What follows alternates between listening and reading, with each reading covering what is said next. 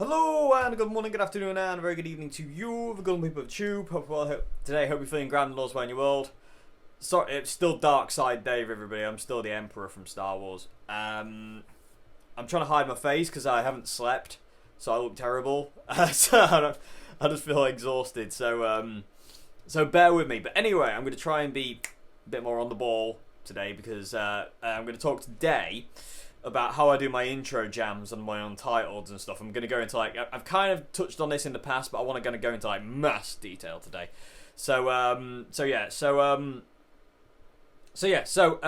to talk about I thought it was kind of logical to talk about my effects of what I use, pedal chain, how things are running to the amp, what I'm miking it up with, and this, that, and the other, and how it all works, and then I'll talk about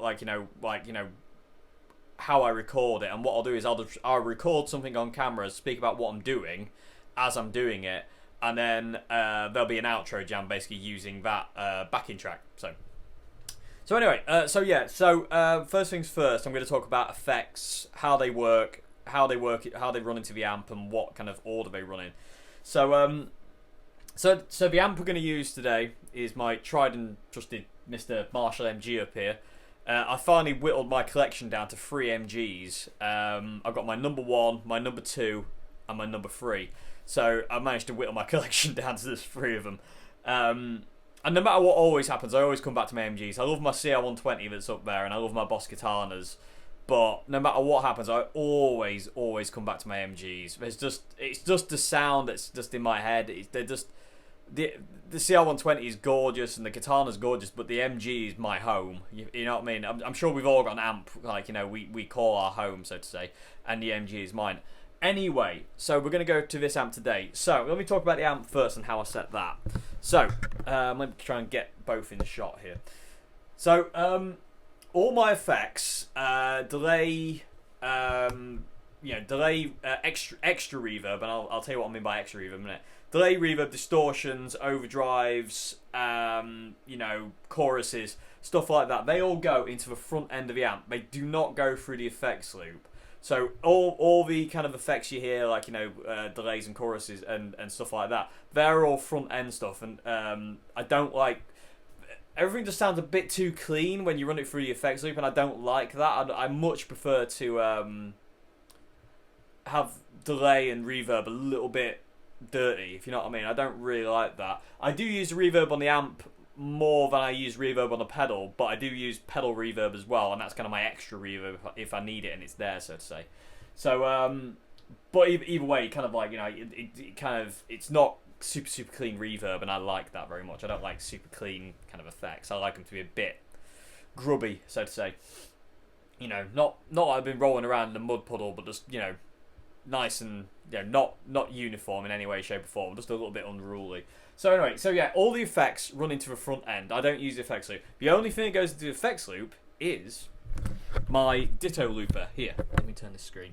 So this is my looper. This is like, I can't recommend this looper enough. This was given to me by my very awesome friend Richard, and I'm grateful every day because I love it. And this is what I use for looping. And and it's just really simple. It's like, you click it on, click it off, and then you've got stop there. You hold it down, and it goes.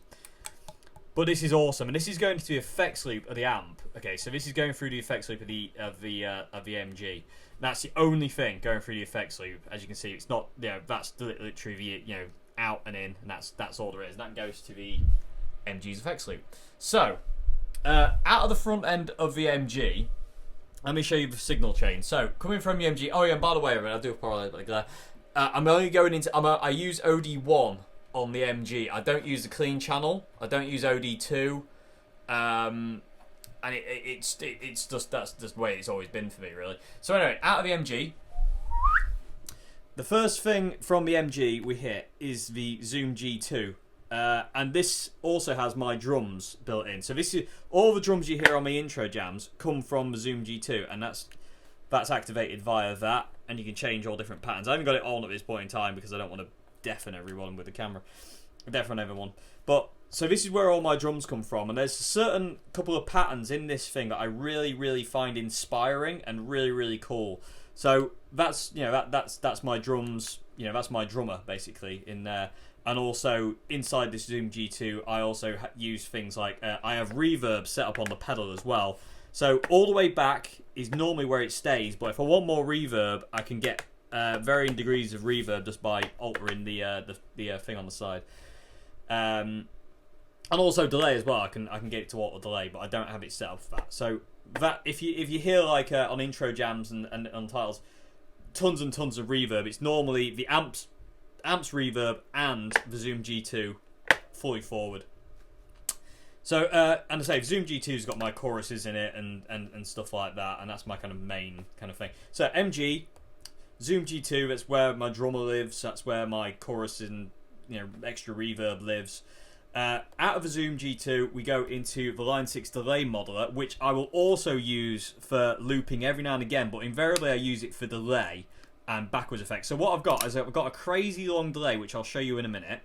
I've got a solo delay, which basically just kind of sits over the top of guitar solos, and I use that a lot. Then I've got a backwards guitar and Jimi Hendrix to keep an eye on me, make sure I don't do anything silly.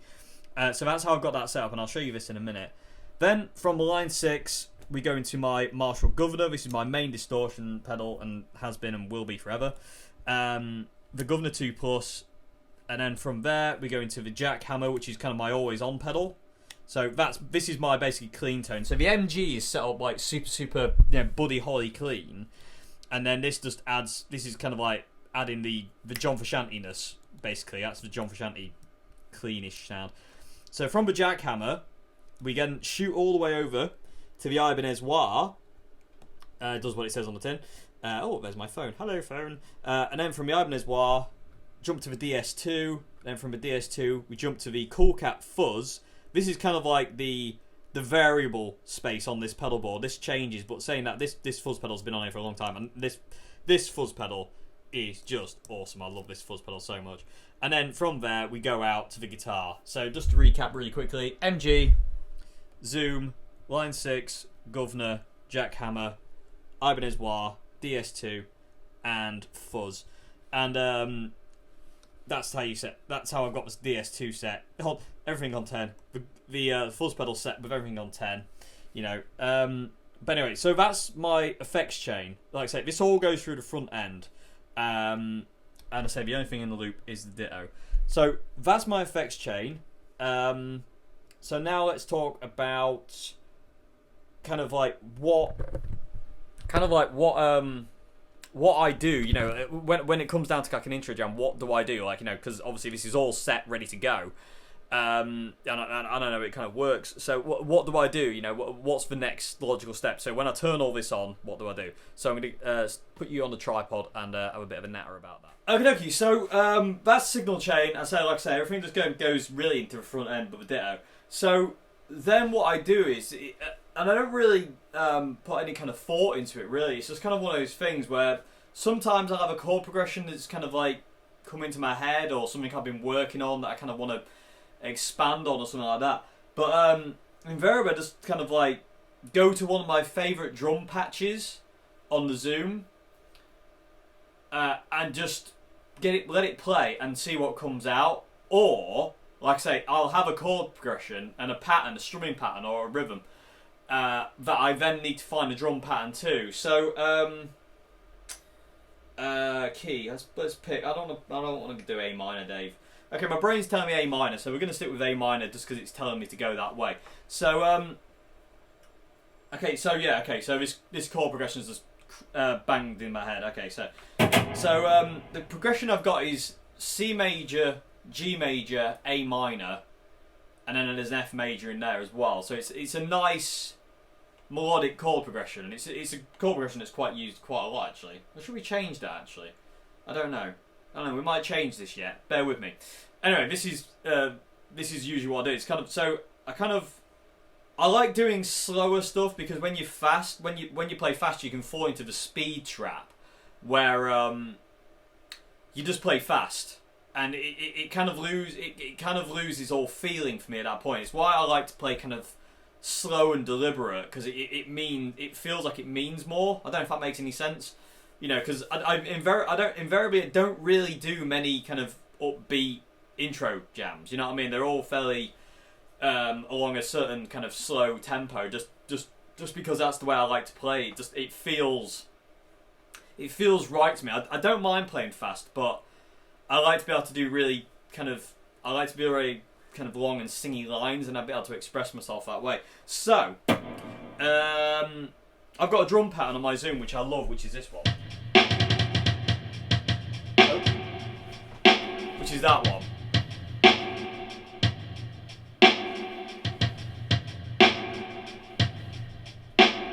And I really like that pattern. There's just something about it that really... It's very, very inspiring to me. There's something about the rhythm. Dum, da, dum, da, dum. Yeah, it's kind of a bit... I think the word's syncopated. I don't know. Anyway, so...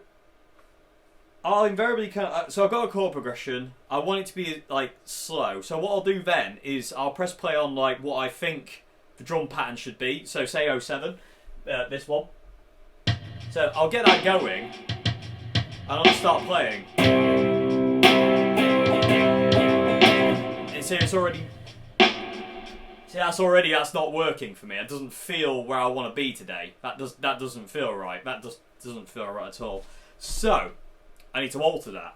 So what I'm going to do is I'm going to scroll through the drum patterns and find what I like. This is kind of invariably what I have to do. So go back to number 1. That's too fast. Just slow the tempo down.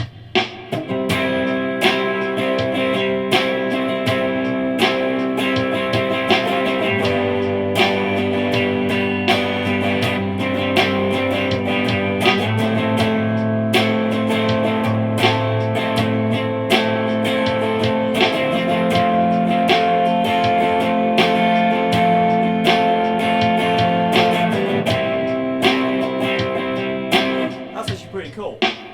Let's try another one.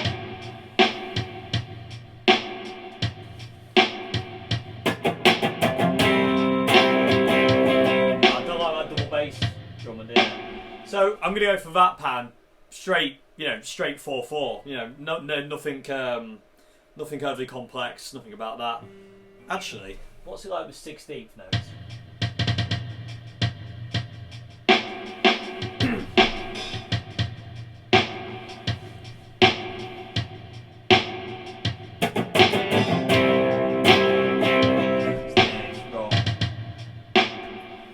And you kind of get a feel for when things don't feel right. Like the first pan didn't feel right. That 16th didn't feel right, and the other drum beat that had like the double bass kick on the second come around. So one like dun dun dun like that didn't feel right at all. So I'm going to stick to just that basic 4/4, beat that's just like tried and true and awesome. So now I've got my drum beat. I've got my chord progression. I know what I'm doing. So now it's time to record the backing. So this and that's about as much thought process goes into this, because I just don't want to think. I just want to be able to... Whatever's going to come out is going to come out. In all fairness, I'm being perfectly honest, I was going to do something in D minor, but my brain has told me no, you need to go in that direction. So I'm just going to adhere to it. It's leading me in this chord progression for some reason. I don't know why. It's because I wanted to do something in D minor, because I've got my John Frusciante Strat. I like D minor, and I wanted to do something like in that kind of thing. So I wanted to do D minor, but I'm being led into A minor. So we'll stick with A minor, because serve what's telling you to do. So it's a case of getting the drum beat going, and actually, I'm going to slightly alter the chord progression as well, so I might have a verse and a chorus. So where do you want me to go?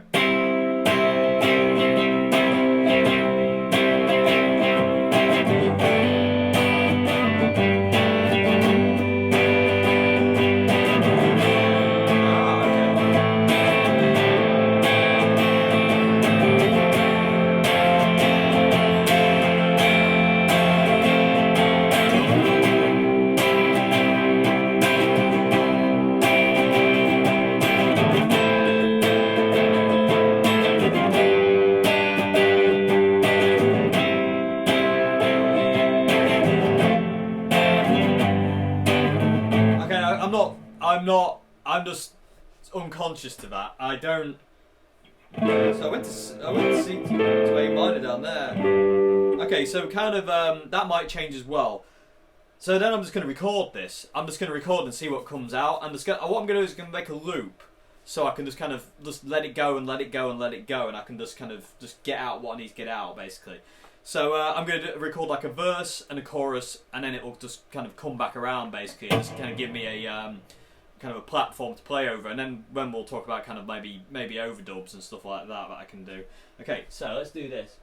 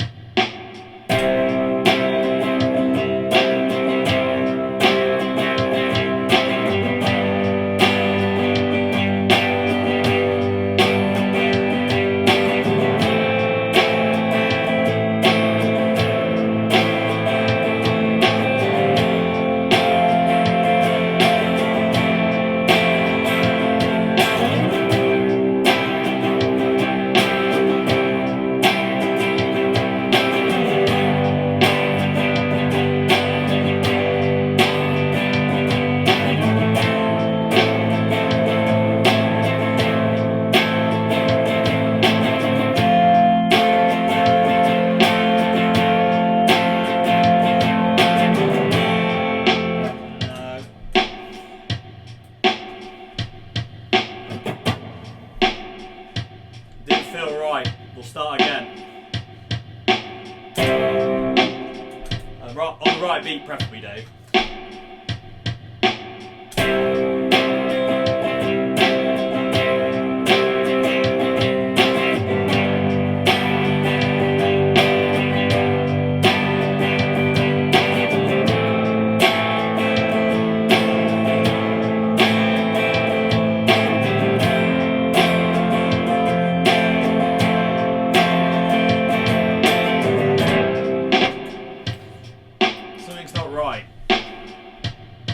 Okay, something's not right here. Okay, so this is quite good actually, because something's feeling wrong. I don't know what it is. Okay, I know what it is. It's telling me to not add any more. That's basically where I'm going with this. It's like I shouldn't be adding anything else. It's just those 4 chords. That's your lot, Dave. That's what's going on here. I'm trying to think of where to go after doing these 4 chords twice round and do like a chorus, and it's confusing me, and it's telling it's like you know, just loop those 4 chords and then do some overdubs. Okay, so now I know. Do I sound like a crazy person yet? Okay.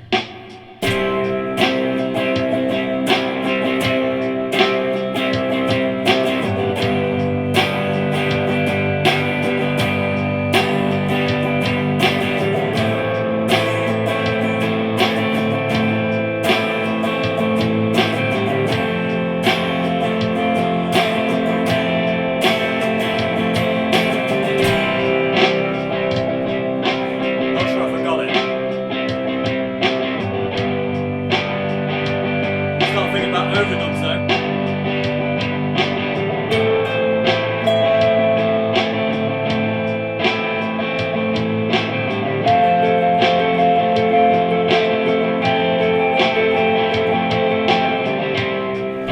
Didn't quite get it. Okay. That happens. Sometimes don't quite get it. It's okay. Just do it again.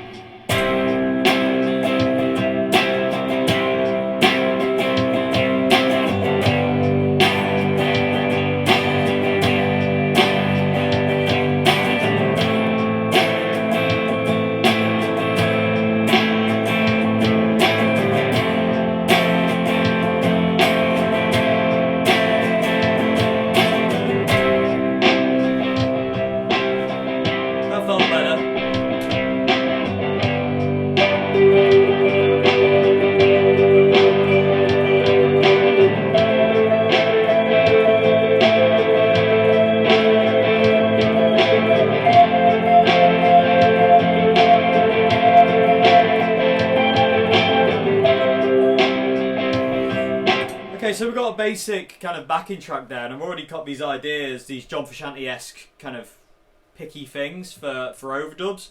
So I'm going to stick them in, and basically all they are is it's just the chords. So I've got my C major, C major triad, G major triad, A minor triad, and F major triad. And all I'm going to do is I've gone to my chorus mode now. So this is just like no chorus. This is chorus. It just adds a little bit more of a watery kind of sound. It's just a bit nicer. It's nice for overdubs. I always love chorus guitars for overdubs.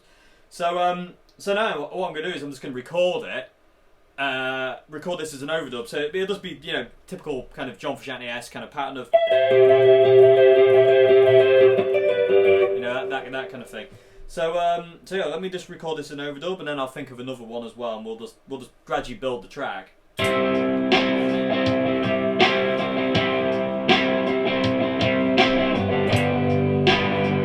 going to start recording it when it comes back round.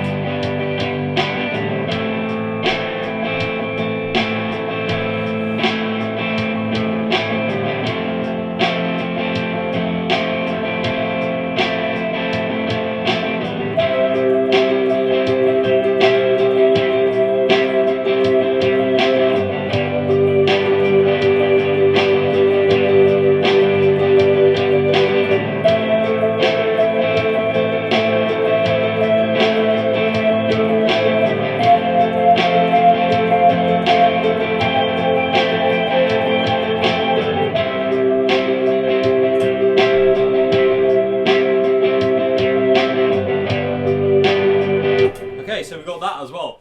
I want to add a more stringy kind of sound, so I'm going to do this.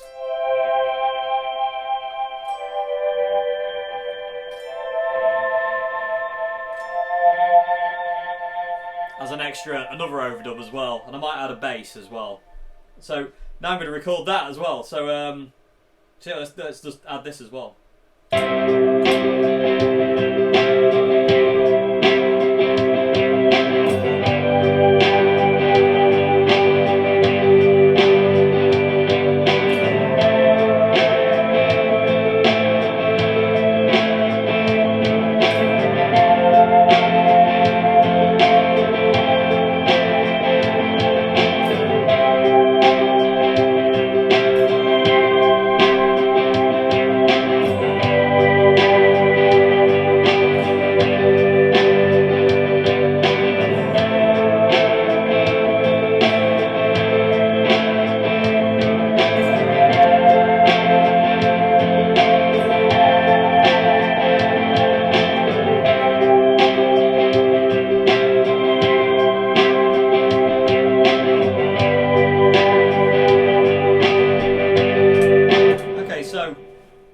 Okay, we're starting to get something now. We're starting to get somewhere.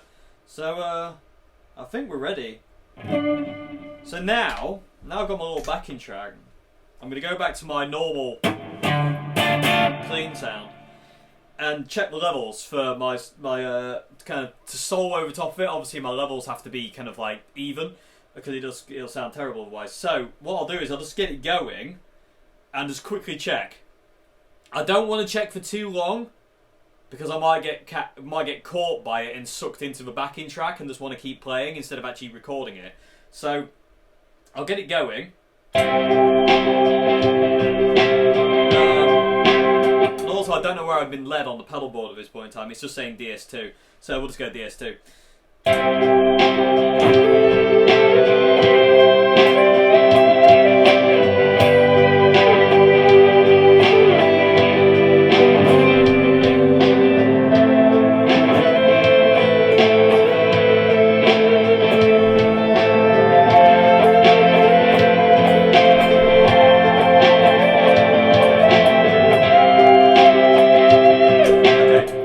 Myself getting pulled in. I don't want that just yet because I want to be able to save that for when I actually record. So that seems okay. Levels seem to be okay.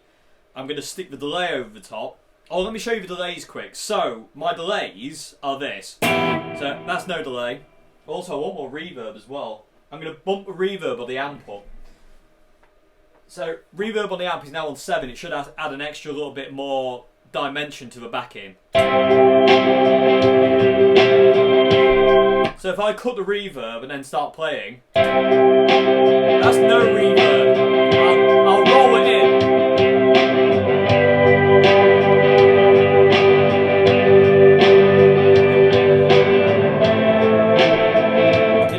more space, basically. I feel anyway. So yeah, so that's that. So I'm going to use DS2 delays. Let me show you these delays. So that's just the amp's reverb. I can have more. This is the zoom on as well.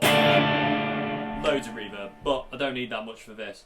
So this is my short delay, and it works well for just singing guitar.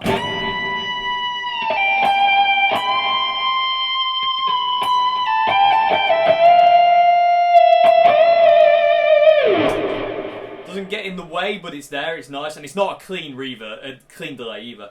Then I've got my crazy delay, which I use for mainly kind of the overdub volume swells, that thing, because it's like that. It's the don't forget me. Don't forget me delay, basically. And then I've got reverse guitar.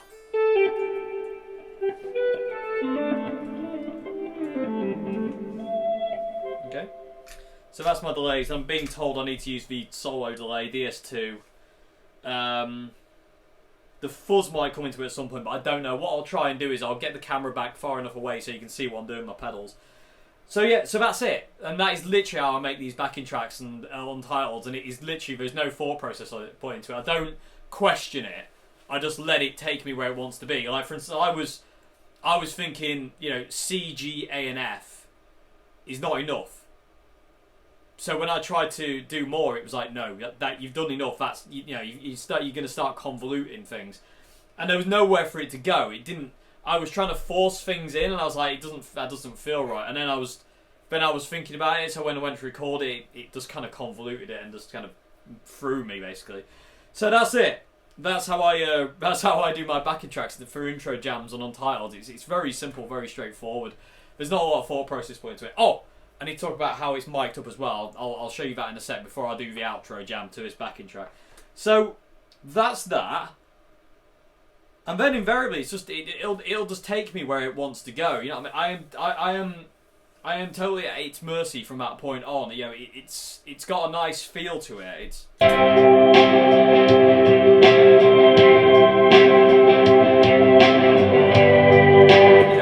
nice feel to it. That's a really nice backing track to kind of like, no, I can feel that. You know what I mean? I can really get behind that and really start, you know, and express through that, which is nice, which is what you always want. So yeah, that's that. Quite simple, really. Like I say, you just let the song speak to you. Let it speak to you. Let it tell you what it wants, because it knows better than you do, kind of basically. So yeah, so that's it. So I've got the backing track done. I've got the overdubs done. That's basically all I do. Invariably, sometimes if it's a longer drawn out chord progression, so if it does, like, say, have a verse and a chorus and an outro, kind of 3 different progressions, I'll invariably not do overdubs. I'll just have it as a rhythm guitar and drums, just because it's easier, and I don't want to spend too long, because the longer you spend on it, sometimes you can start to lose the initial feel. So you need to just kind of strike while the iron's hot, I think the phrase is. So, you know, basically just kind of like get the backing track done as quickly as possible and just go for it, and just throw caution to the wind and just go for it, and just let whatever happens happens. You know, if you make a mistake, that's okay. You know what I mean? Mistakes happen. You know, it doesn't matter about that. So let me quickly show you how I've got the cab mic'd up, because cab placement, mic placement is always very important. But I say all my intro jams and Untitled's, when I got my Zoom Q8 camera, are all just done with an SM57. You know, it's just I just love the sound of that microphone for guitar. It just sounds, it's what it sounds like in the room if you had your ear next to the speaker, which I won't recommend because it's a bit loud. But you know what I mean? It's like if you put your ear to the speaker, that's what it sounds like. You know, it's very isolated. You know, it doesn't sound, you know, a million miles off kind of a room sound. Anyway, and I like that ambience, I like the space. Because for some reason it just makes your guitar sing more when you have loads of reverb and delay.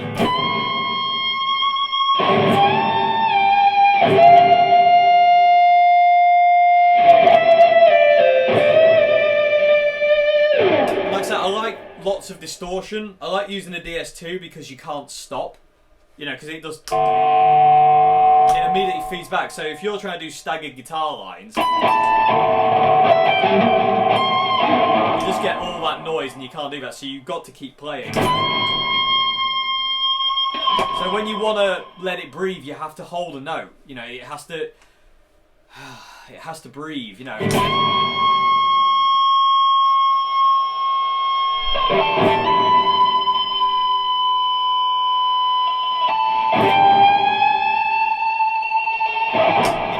And then if you want to go frantic, you've got it there, and you can go frantic. The reverb and the delay are not too in the way of you being able to go. It's not too much in the way, but it's a case of turning the DS2 off and on when you need it. That's what I'm doing now. Is like, so I want it on. I want to stop, turn it off. You know, that's basically what goes on there. So let me quickly show you. Oh yeah, by the way, basically from the SM57, it basically goes straight into the back of the zoom camera, and that's it. It's as simple as that. That's why I love this camera. I'm able to capture these kind of moments, these Untitleds and these intro jams really quickly without having to kind of like plug loads of things in and kind of overthink it and then sync up audio and then hope that the compression, hope that the EQ and the compression are okay. You know, it literally, what you hear is, you know, is what you get, kind of thing. You know, it's really it's such an ideal way for me to work with this. I just love it. So anyway, let me show you how I've got the cab mic'd up, and then we'll do I'll talk about if anything else I can think of. We'll talk about that, and then we'll have a play. Okay, so let me show you where I've got the cab mic'd up, basically. So basically, that end there, this XLR end, just goes into input 1 on this camera, and that's it. But this is it. This is where all the basically this is it. Basically, the sound is captured. And always have a torch, because if you put a torch on your speaker cone, you can see it. And I always like to mic. You can see where it's kind of mic'd. Well, hopefully you can kind of see. It's just off to the center of the cone.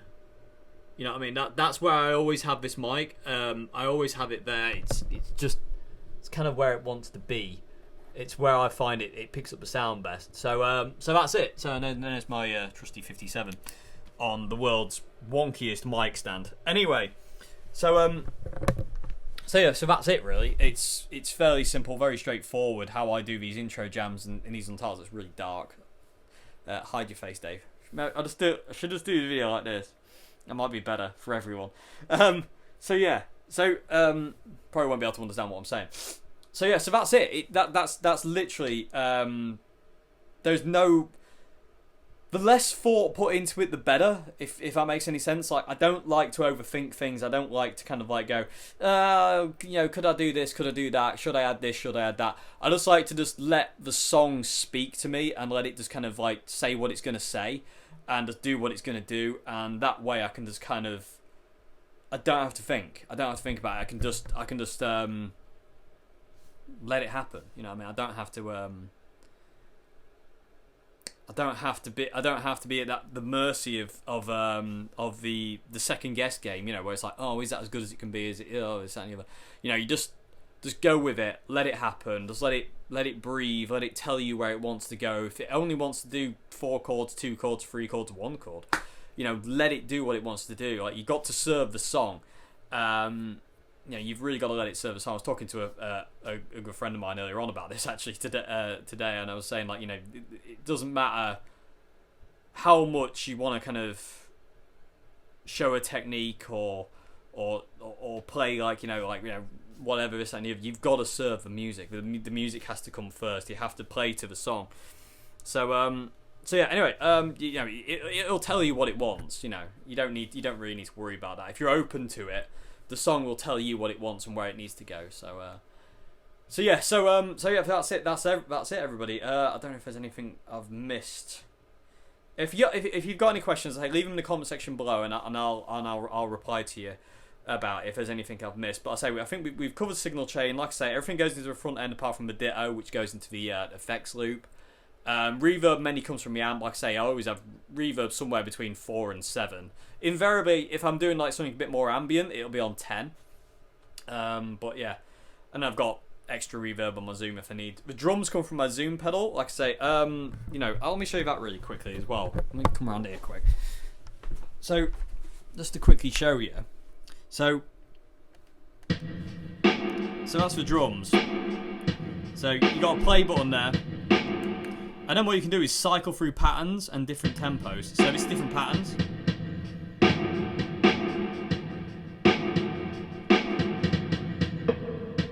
You know, different tempos. And then you've also got a mix. Excuse me. And the mix dial is really important because you don't want the drums too dominant. You know what I mean? So I invariably run it around 14 to 12.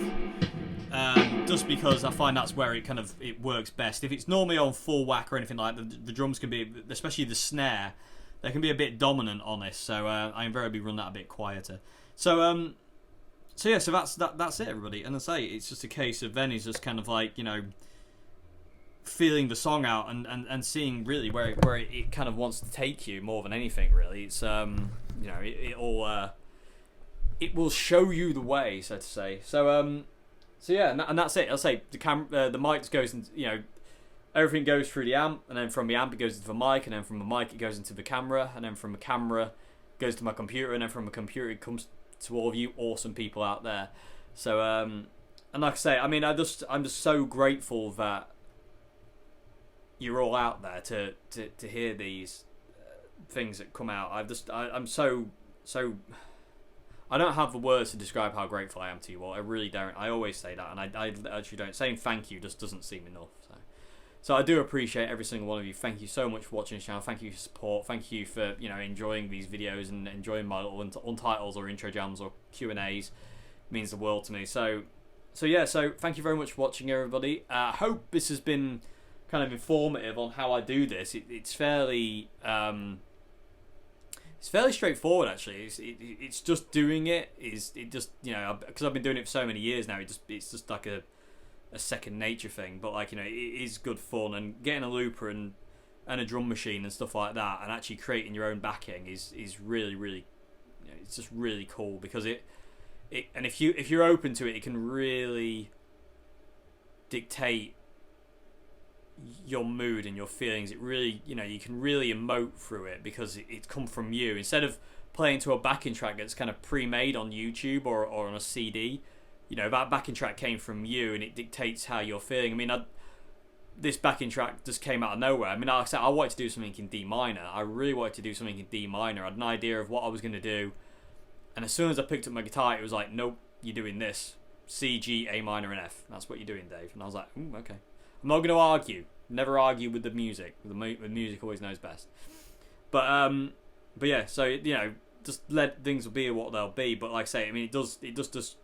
You've got to be open to it. You've got to let it happen, so to say. Just be totally open to it, and just let it basically, you know, come through you, basically, and just let it be what it'll be, really. So but yeah. So there we go, everybody. So it's a simple thing. It's not a great deal of complexity in what I do, but like, you know, things don't have to be complex. You know, I mean, I don't like things when they start getting really complex and this, that, and the other. I think things can get a bit convoluted, so to say. So I like to keep it simple and just be able to kind of like express and emote through what I'm doing. So I don't know if that makes any sense, but I hope it does. But yeah. So anyway, like I say, thank you very much for watching, everybody. I hope this video has been informative. I hope it's made sense. And I do apologise again for the Star Wars dark side hood, like the Emperor. But like I said, things aren't great still, so I do apologise for my mood and downtrodden state, if you will. But like I say, I hope this video has been informative, and I hope, you know, it's kind of like, you know, let you in some kind of like, you know, ideas that you could probably hopefully take away, and kind of like use yourself in some of the things, you know, your own loops and stuff like that, and some ideas where if you kind of want to do this kind of thing, you know, this is how, you know, how you can kind of do it. So one of the ways you can do it. So anyway, so yeah, so I'm just gonna play out now, basically over that backing track, and just see where it leads, and we'll see how long it goes on for. Because invariably, I don't time anything. It's why some of my intro jams end up being like 10, 15, 20 minutes long, or in the case of a Les Paul Memphis, 45 or whatever it was. Because I don't ever let...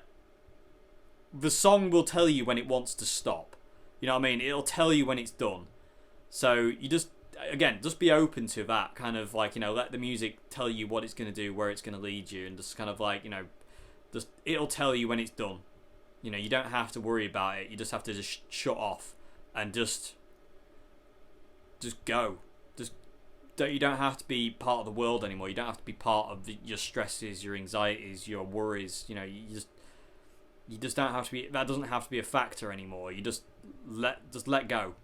Just let go of everything and just let it be what it will be. So you know, you can be totally free of all that lovely rubbish we all carry around with us once in a while. So yeah. Anyway, I hope you enjoyed this video, everybody, and I'll see you again. 2 videos today, believe it or not. Yeah, crazy. This is the last one, everybody. There won't be a third, but I do have an Untitled to put up over this weekend, so it'll be Untitled number 50. That's insane. So that's 5 albums worth of Untitleds. That's crazy.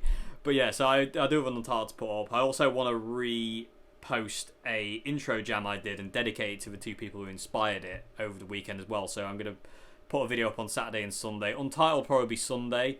But the intro jam I did the other day on why I love music and the guitar, I want to repost the intro jam as a separate thing, and I want to post it to the 2 people who inspired it. So I just want to do that as a thank you to them more than anything. So yeah. So anyway, I'm going to stop waffling on. I'm just going to play my guitar now. So thank you very much for watching, everybody. So I hope this has been informative, and I'll see you again on Monday.